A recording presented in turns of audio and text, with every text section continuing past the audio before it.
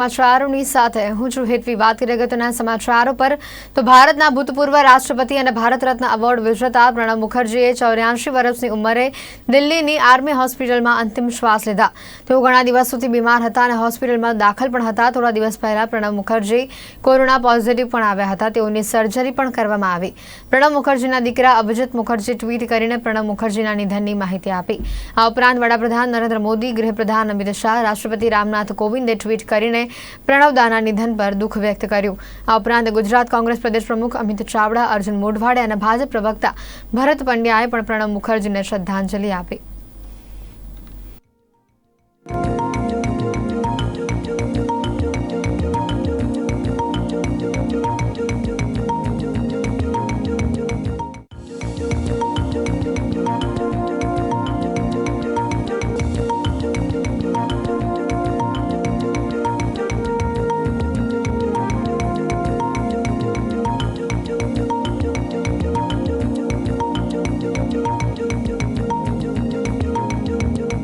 કોંગ્રેસના વરિષ્ઠ આગેવાન અને દેશના પૂર્વ રાષ્ટ્રપતિ આદરણીય પ્રણવ મુખર્જીના દુઃખદ અવસાનના સમાચારથી કોંગ્રેસ પક્ષ ઘેરા શોકની લાગણી અનુભવે છે.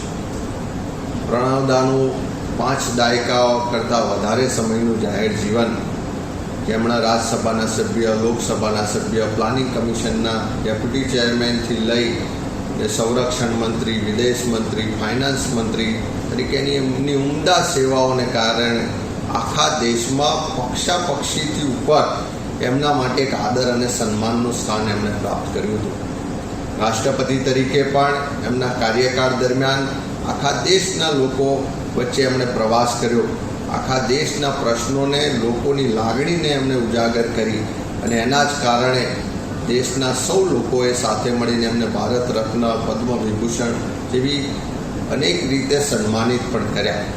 આવનારા સમયમાં પણ દેશના લોકો પ્રણવદાને એમના કાર્યો, એમના વિચારો, એમની બુદ્ધિશક્તિ, એમના દેશ માટેના સમર્પણને કારણે વર્ષો સુધી યાદ કરશે. અને આજે જ્યારે એમણે આપણી વચ્ચેથી વિદાય લીધી છે, ત્યારે રાષ્ટ્રને, કોંગ્રેસ પક્ષને એની ખૂબ ખોટ પડશે. ત્યારે આ દુઃખની ઘડીમાં એમના પરિવારજનોને સાંત્વના આપીએ અને પરમાત્માને પ્રાર્થના કરીએ કે એમને આ દિવ્ય આત્માને પરમ કૃપાળુ પરમાત્માના ચરણોમાં શાંતિ અર્પે. એ જ અમારા સૌના તરફથી એમને અંજલિ રહેશે. પૂર્વ રાષ્ટ્રપતિ અને દેશના માર્ગદર્શક પ્રણવ દાદાનું આજે દુઃખદ અવસાન થયું છે. છેલ્લા 50-55 વર્ષના દેશના રાજનીતિક ઇતિહાસની અંદર પ્રણવ દાદા જેટલું બહુમુખી જે વ્યક્તિત્વ છે એ ભાગ્યે જ બીજા એ પ્રકારનું વ્યક્તિત્વ દેશમાં ઉપલબ્ધ હતું. દેશની અંદર એક પણ મિનિસ્ટ્રી, મહત્ત્વની મિનિસ્ટ્રી એવી નથી કે જેની જવાબદારી દાદાએ ન નિભાવી. દાદા છે એ શ્રેષ્ઠ અર્થશાસ્ત્રી હતા, શ્રેષ્ઠ રાજનીતિજ્ઞ હતા, ઇતિહાસના અને રાજનીતિના જ્ઞાતા હતા, ભાષા ઉપર અભૂતપૂર્વ પકડ હતી, ઉત્તમ વક્તા હતા અને સંસદીય પ્રણાલીના ઉત્તમ જાણકાર હતા. અને એમનો લાભ 50-55 વર્ષ સુધી આ દેશને મળ્યો છે. દાદાની હંમેશા જે સરકારમાં હોય એમાં એની ગણના સંકટમોચક તરીકે થતી હતી. એ માત્ર સરકારના નહીં, દેશના સંકટમોચક તરીકે એમણે કામ કર્યું હતું. દાદાની સાથે જ્યારે હું ગુજરાતમાં વિરોધ પક્ષનો નેતા હતો ત્યારે અને ગુજરાત પ્રદેશ કોંગ્રેસ સમિતિનો અધ્યક્ષ હતો ત્યારે અનેક વખત એમની સાથે મળવાનું, એમનું માર્ગદર્શન લેવાનું મને સદભાગ્ય પ્રાપ્ત થયું હતું. અને એમને સાંભળવા અને એમની સાથે વાતચીત કરવી એ પણ એક પ્રકારનો લાવો હતો. દેશના રાષ્ટ્રપતિ તરીકે નિવૃત્ત થયા એ પછી પણ એમની સાથે જીવંત સંપર્કો રહ્યા હતા. દાદાના નિધનથી દેશે એક મહાન રાજપુરુષ ખોયા છે. અમને એમના પરિવારજનોએ અને અમે સૌએ એક વડીલ ખોયા છે. હું આદરપૂર્વક પ્રણવ દાદાને શ્રદ્ધાંજલિ આપું છું અને પરમ કૃપાળુ પરમાત્માને એમના આત્માની શાંતિ માટે પ્રાર્થના કરું છું. પૂર્વ રાષ્ટ્રપતિ શ્રી પ્રણવ મુખર્જીના અવસાનથી હું દુઃખની લાગણી અનુભવું છું. અનેક દાયકાઓથી જાહેર જીવનમાં અનેક પદો ઉપર રહીને તેમણે રાષ્ટ્રની સેવા કરી હતી. રક્ષામંત્રી હોય, નાણામંત્રી હોય કે રાષ્ટ્રપતિ પદ હોય, પોતાની વિદ્વતા અને પોઝિટિવ એટીટ્યુડને કારણે સર્વપક્ષીય રાજકીય નેતા તરીકે તેઓ પ્રસ્થાપિત થયા હતા. એક અભ્યાસુ વ્યક્તિત્વ, સ્પષ્ટ વક્તા તરીકે એમને સારી એવી નામના મેળવી હતી. 2008માં પદ્મભૂષણ અને 2019માં ભારત રત્ન તરીકે એમને એવોર્ડ આપીને સન્માન કરવામાં આવ્યું હતું. રાષ્ટ્રે એક વિદ્વાન વ્યક્તિત્વ, નેતૃત્વ ગુમાવ્યું છે. એક સાચા અર્થમાં રાષ્ટ્રનો સેવક ગુમાવ્યો છે. હું તેમને પ્રણવદાને હૃદયપૂર્વકની શ્રદ્ધાંજલિ આપું છું. આપણા દેશના પૂર્વ રાષ્ટ્રપતિ પ્રણવ મુખર્જીજીના અવસાનથી જાહેર જીવનમાં ક્યારેય ન પૂરી શકાય તેટલી મોટી ખોટ પડી છે. પ્રણવ મુખર્જીજી એક દેશના રાષ્ટ્રપતિશ્રી તરીકે, કેન્દ્રીય મંત્રી તરીકે, જનસેવક તરીકે કે સાંસદ તરીકે જે કાર્ય કરીને ગયા છે તે ઇતિહાસમાં સુવર્ણાક્ષરે લખાશે. ગુજરાત સાથેનો તેમનો એક અજીબ નાતો હતો. ગુજરાતમાંથી જ રાજ્યસભામાં 6 વર્ષ માટે ચૂંટાયેલા હતા અને એટલે હંમેશા કહેતા કે હું ભલે ગુજરાતી બોલતો ન હોઉં કે ગુજરાતી હોવાનો દાવો ન કરતો હોઉં, પરંતુ મારા હૃદયમાં પૂર્ણ સ્વરૂપે ગુજરાત હંમેશા રહેલું છે. મારા એમના સાથે ખૂબ અંગત સંબંધો રહ્યા હતા અને એટલે જ્યારે તેઓ કેન્દ્રીય મંત્રી હતા કે દેશના રાષ્ટ્રપતિશ્રી હતા, ગુજરાતના હિતનું ને ગુજરાતનું કામ લઈને હું જ્યારે પણ ગયો હતો ત્યારે એમનો હંમેશા ઉમળકાભેર, ઉષ્માભેર સહકાર મળ્યો હતો. એને ક્યારેય ન ભૂલી શકાય.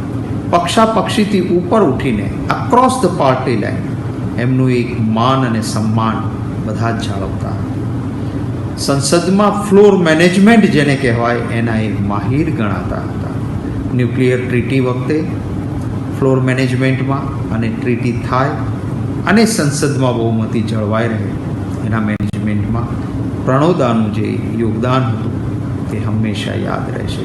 હું મારા વતી, મારા પક્ષ વતી એમને અને એમના પરિવારને શ્રદ્ધાસુમન સમર્પિત કરું છું.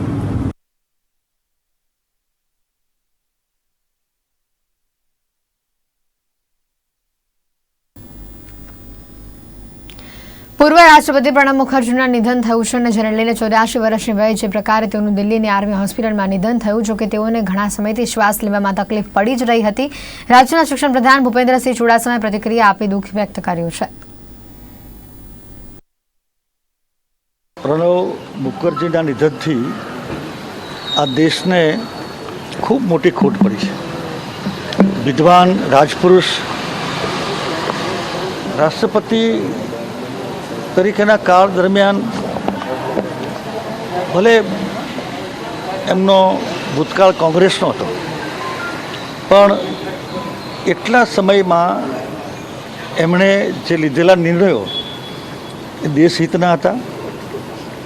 એમણે ક્યારેય પણ વ્યવહારમાં, નિર્ણયોમાં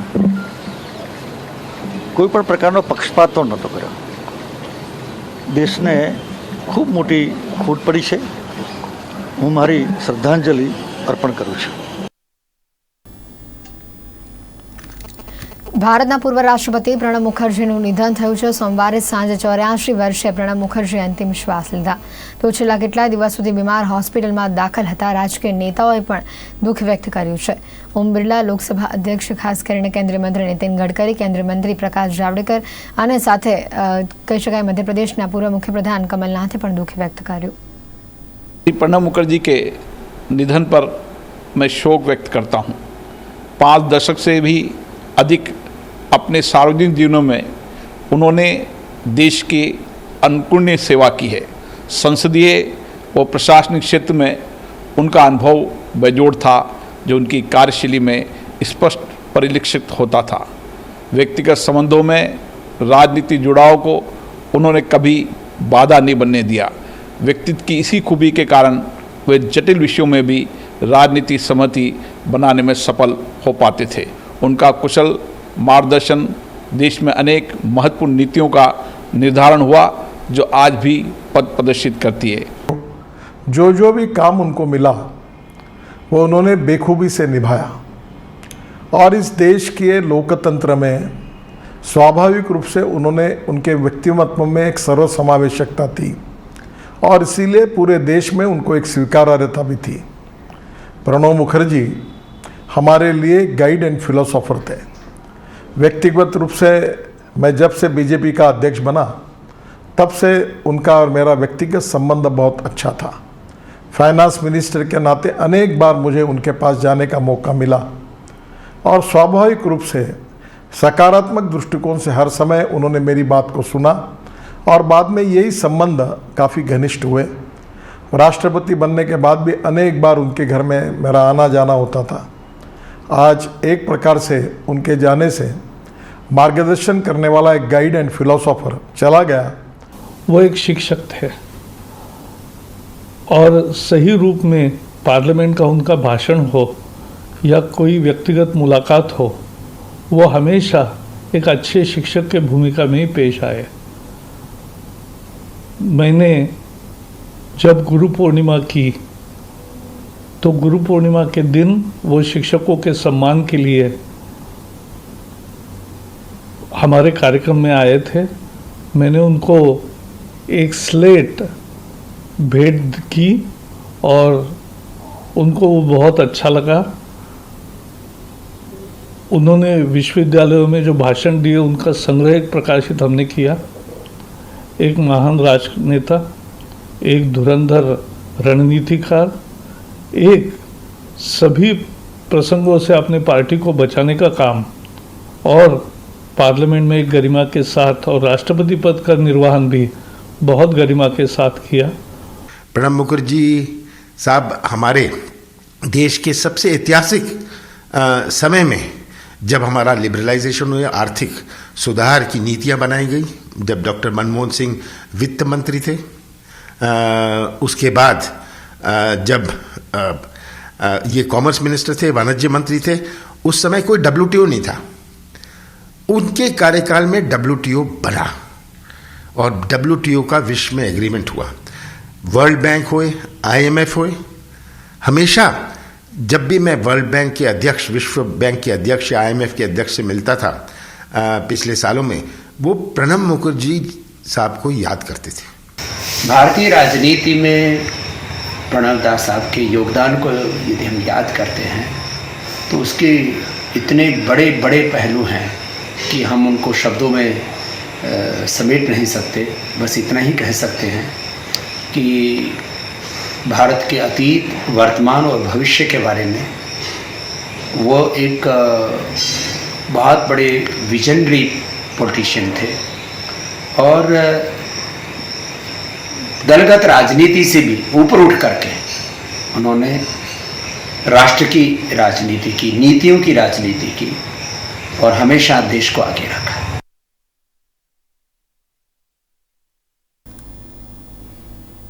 તો હાલ રાજ્યમાં મેઘરાજા ધમાકેદાર બેટિંગ કરી રહ્યા છે ત્યારે પાદરા તાલુકાના કડાણા ડેમમાંથી પાણી છોડવામાં આવતા મહીસાગર નદીના જળસ્તર વધ્યા હતા।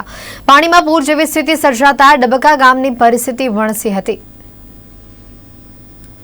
કડાણા ડેમમાંથી છોડવામાં આવેલા પાણીને કારણે મહીસાગર નદી બે કાંઠે વહી રહી છે અને મહી નદીના 12 ગામોને એલર્ટ કરવામાં આવ્યા છે। સૌથી વધુ ખરાબ સ્થિતિ પાદરાના ડબકા પાસે જોવા મળી હતી। ડબકા પાસેથી પસાર થતી નદીમાં જળસ્તરનો પ્રવાહ વધ્યો હતો। ડબકાના તળિયાભાઠા વિસ્તારમાં રહેતા 50 લોકોને સલામત સ્થળે વહીવટી તંત્ર દ્વારા સ્થળાંતરિત કરી દેવામાં આવ્યા હતા। આજે નદી કિનારે પાણીનો પ્રવાહ વધી રહ્યો છે। પાદરાના ધારાસભ્ય જશપાલ સિંહ પઢિયાર પણ આવી પહોંચ્યા હતા અને સ્થાનિક લોકો અને ગ્રામ પંચાયતના સરપંચ તલાટી સાથે રહી તમામ બાબતોની સમીક્ષા કરી હતી અને તળિયાભાઠાના લોકોને પણ દર વર્ષે પૂરની સ્થિતિમાં ભારે મુશ્કેલી પડે છે જે ભાઠા વિસ્તારના લોકોને સરકાર ડબકા ગામ જ આવાસ બનાવી આપે તે માટે આજે ફરી એકવાર સરપંચ અને ધારાસભ્યોએ માંગ કરી હતી। કડાણા ડેમમાંથી પાણી છોડવામાં આવતા મહીસાગર નદી જળસ્તર વધ્યું છે। આ ડબકા ગામના છે ત્યારે તળિયા ભાઠાના 50 લોકોને ગઈકાલે જ સ્થળાંતર સલામત સ્થળે કરવામાં આવ્યું હતું. ખાસ કરીને જ્યારે પણ પૂરની પરિસ્થિતિ થાય છે ત્યારે તળિયા ભાઠામાં જે પાણીનું જળસ્તર વધવાના કારણે એ લોકોને દયનીય હાલત થાય છે. આજે વર્ષોથી તે લોકો માગ કરી રહ્યા છે. આપણે સરપંચ સાથે પણ વાત કરીશું કે શું પરિસ્થિતિ છે ને એમની શું માગણી છે. તો સરપંચ, તમારું શું માગણી છે અને શું કહેવું છે આ બાબતે? દર વર્ષની આ પરિસ્થિતિ વારંવાર મહીસાગર નદીમાં પાણી છોડવાથી આ જ પરિસ્થિતિનો સામનો કરવો પડે છે. એ લોકોની માંગણી એવી છે કે એ લોકોને અહીંયા કાયમી પ્લોટ અને આવાસની જો વ્યવસ્થા થાય તો એ લોકો અહીંયા રહેવા માટે આવી જાય અને તંત્રને દર વખત જે હેરાનગતિનો સામનો કરવો પડે છે એમાંથી કાયમ જ છુટકારો મળી શકે તેમ છે. તો આ સરપંચ હતા. હવે અહીંયાના જે સ્થાનિક ધારાસભ્ય છે પાદરાના, તેમની સાથે વાત કરીશું. તેમની શું માંગણી છે અને હાલની પરિસ્થિતિ શું છે. તો ઈશ્વરસિંહની સાથે વાત કરીશું. શું વાત છે? ઉપરવાસમાં વધારે વરસાદ થવાના કારણે મહીસાગર નદીમાં લગભગ 6-6.5 લાખ ક્યુસેક પાણી છોડ્યું. ત્યારે એ પરિસ્થિતિની અંદર અહીંયા લોકો સાથે મળીને સમીક્ષા લેવા માટે તેમજ જ્યારે ગઈકાલે આ બાબતની ખબર પડી એટલે તાત્કાલિક ધોરણે તંત્ર સાથે વાતચીત કરીને કે જે લોકો તળિયા ભાઠા વિસ્તારમાં વસવાટ કરે છે એવા લોકોનું સ્થળાંતર કરવા માટે તાત્કાલિક ધોરણે તંત્ર સાથે વાતચીત કરી હતી અને મોડી સાંજે એ લોકોનું સ્થળાંતર કરવામાં આવ્યું હતું. પરંતુ જે રીતે ગત વર્ષે પણ આ પરિસ્થિતિ સર્જાઈ હતી ત્યારે ત્યાંના લોકો દ્વારા પણ માગણી કરવામાં આવી હતી અને અહીંના સ્થાનિકો, પૂર્વ સરપંચ હોય, હાલના સરપંચી અને આગેવાનો દ્વારા પણ કહેવામાં આવ્યું હતું. જ્યારે પ્રાંત એસડીએમ અહીંયા આવ્યા હતા, મામલતદારશ્રી જ્યારે આવ્યા હતા ત્યારે એમની સમક્ષ ગત વર્ષે પણ આ બાબતની ચર્ચા થઈ કે જે લોકો ત્યાં દર વર્ષે આ રીતની પરિસ્થિતિનું નિર્માણ થાય છે ને એમને સ્થળાંતર કરીને અહીંયા લાવવા પડે છે, તો એ લોકો માટે અહીંયા જે પડતર જગ્યા છે ત્યાં એમને આવાસ ફાળવવામાં આવે એ બાબતની રજૂઆત ગત વર્ષે પણ કરી હતી. એમને જમીન થોડી ફાળવવામાં આવે કે તે તેમને ઢોર ઢાંકર સાથે અહીંયા અને આવાસ હોય તો એ ત્યાં રહી શકે, ઢોર ઢાંકર અહીંયા રાખી શકે. તો એટલા માટે ગત વર્ષે પણ આ બાબતની રજૂઆત તંત્રને કરવામાં આવી હતી. પણ હાલ પણ એની એ પરિસ્થિતિ છે, હજુ સુધી એ બાબતને તંત્ર દ્વારા ધ્યાને લેવામાં નથી આવી. તો આવી પરિસ્થિતિનું નિર્માણ થાય છે જ્યારે પણ પૂરની, ત્યારે એ લોકોને જ આવીને અહીંયા સંભાળવું પડે છે અને રેસ્ક્યુ કરવા પડતા હોય છે. તો દર વખતે પરિસ્થિતિ તંગ બનતી હોય છે અને તંત્ર એના માટે તંત્રને પણ ભારે જહેમત ઉઠાવવી પડતી હોય છે. જસપાલસિંહની પણ માંગણી છે કે તે લોકોને અહીંયા જે તળિયા ભાઠામાં રહેતા રહીશો માટે સરકાર વ્યવસ્થા કરે. વિજય પ્રજાપતિ, પાદરા.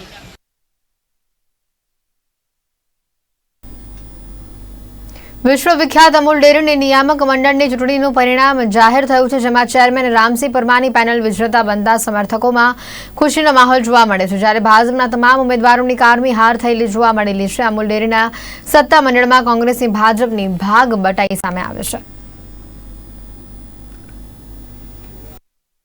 જો અમૂલ ડેરીની નિયામક મંડળની ચૂંટણીના પરિણામની વાત કરીએ તો પૂર્વ ચેરમેન રામસિંહ પરમાર તરફથી પેનલનો ભવ્યાતિભવ્ય વિજય થયો છે, તો ભાજપના તમામ ઉમેદવારોની ચૂંટણીમાં કાનમી હાર થતા ભાજપ ચામડીમાં સોપો પડી ગયો છે. ગુજરાતનું ગૌરવ એવી એશિયાની 1 નંબરની અમૂલ ડેરીના નિયામક મંડળની આજે ચૂંટણી થઈ. એ ચૂંટણીની અંદર જે સભાસદો જે મત આપ્યા એને કારણે નિયામક મંડળના બધા સભ્યો ચૂંટાયા ગયા છે. એ સભ્યો ચૂંટાયા છે અમૂલના સમર્થનની અંદર સભ્ય મતદારોએ મત આપીને બોર્ડ ડિરેક્ટરોને ચૂંટી લાવ્યા છે. એ બદલ સૌ પ્રથમ તો મતદાર ભાઈઓને મારા તરફથી ખૂબ ખૂબ અભિનંદન આપું છું. મંડળીઓના સભાસદોને પણ ખૂબ ખૂબ અભિનંદન આપું છું. એમના ટેકેદારોને પણ અભિનંદન આપું છું. જે બોર્ડ ચૂંટાયું છે એ બોર્ડ અમૂલના હિતની અંદર ભવિષ્યની અંદર ખૂબ પ્રગતિ કરે એના માટે, સભાસદોના હિત માટે, પશુપાલકોને પોષકક્ષમ ભાવ મળે, એને સારું બોનસ મળે, એને સારી સર્વિસ મળે અને દિન પ્રતિદિન બીજા રાજ્યોની અંદર પણ સારા પ્રોજેક્ટ કરીને અમૂલ ખૂબ સારી રીતે આગળ વધે. એનું ટર્નઓવર આજે 7,000 કરોડ છે એને બદલે 10,000 કરોડનું ટર્નઓવર થાય એવું મારું બોર્ડ સાથે રહીને અમે કામગીરી કરીશું. તમે જોઈ શકો છો કે જે મતદાન થયું છે એ એમની ઈચ્છા મુજબના ઉમેદવારો જીત્યા છે. મારે ગૌરવ સાથે કહેવું પડશે કે મુરબ્બી રામસિંહભાઈ અને અમારી ટીમે છેલ્લા 15 વર્ષમાં ખૂબ સારી અમૂલની પ્રગતિ કરી છે. લગભગ અમે જ્યારે વહીવટના સોપાન કર્યા ત્યારે 300-400 કરોડના ટર્નઓવરથી આજે લગભગ 7,800 કરોડના ટર્નઓવર સુધી પહોંચ્યા છે. મોરબી રામસિંહભાઈએ જે વાત કરી તે મુજબ આગામી દિવસોમાં અમારા 6 લાખ સભાસદોને કઈ રીતે સમગ્ર ગુજરાતમાં 18 સંઘો કરતાં વધારેમાં વધારે ભાવફેરની રકમ મળે, દૂધની ફેર એન્ડ હીટ પણ પૈસા વધારે મળે એવા અમારા પ્રયત્નો રહેશે.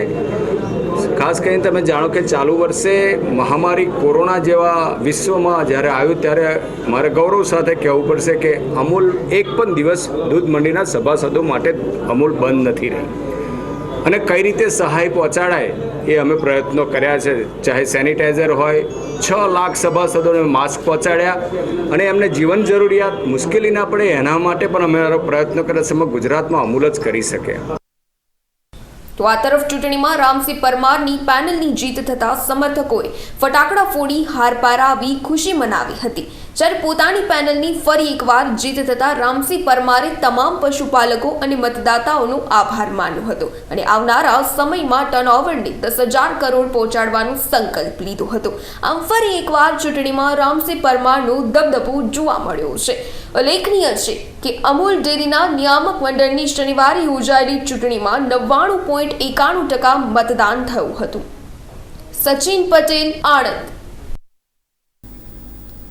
ઉપરવાસમાં પડેલા ભારે વરસાદના પગલે મહેસાણા જિલ્લો તેમજ બનાસકાંઠા અને પાટણના કેટલાક ગામોની જીવાદોરી સમાન ધરવી ડેમમાં પાણીની આવક નોંધાઈ છે. છેલ્લા 2 દિવસમાં ધરવી ડેમની સપાટી 5 ફૂટ જેટલી વધી જતા ધોરાઈ ડેમમાં પાણીનો જથ્થો 85.52% થયો છે. આમ હાલમાં ડેમમાં પાણીનો પૂરતો જથ્થાનો સંગ્રહ થઈ રહ્યો છે. ઉપરવાસમાં પડેલા ભારે વરસાદના પગલે મહેસાણા જિલ્લો તેમજ બનાસકાંઠા અને પાટણની જીવાદોરી સમાન ધરોઈ ડેમમાં સતત પાણીની આવક નોંધાઈ રહી છે. ઉપરવાસના વરસાદને લઈને ડેમની સપાટી 618.20 ફૂટ સુધી પહોંચી ગઈ છે, જેને કારણે ખેડૂત આલમ સહિત ઉત્તર ગુજરાતીઓમાં પણ આનંદની લાગણી પ્રસરી છે. તો આ બાજુ ડેમમાં સતત પાણીની આવક વધતા દરવાજા ખોલવાની તૈયારી સાથે સાબરમતી નદી કાંઠા વિસ્તારના તમામ ગામો અને વહીવટી તંત્રને સાવધાન રહેવા સૂચના આપવામાં આવી છે. તો આ હતા અત્યાર સુધીના સમાચાર. વધુ સમાચાર માટે આપ જોતા રહો ગુજરાત ન્યૂઝ સત્યની સાથે. નમસ્કાર.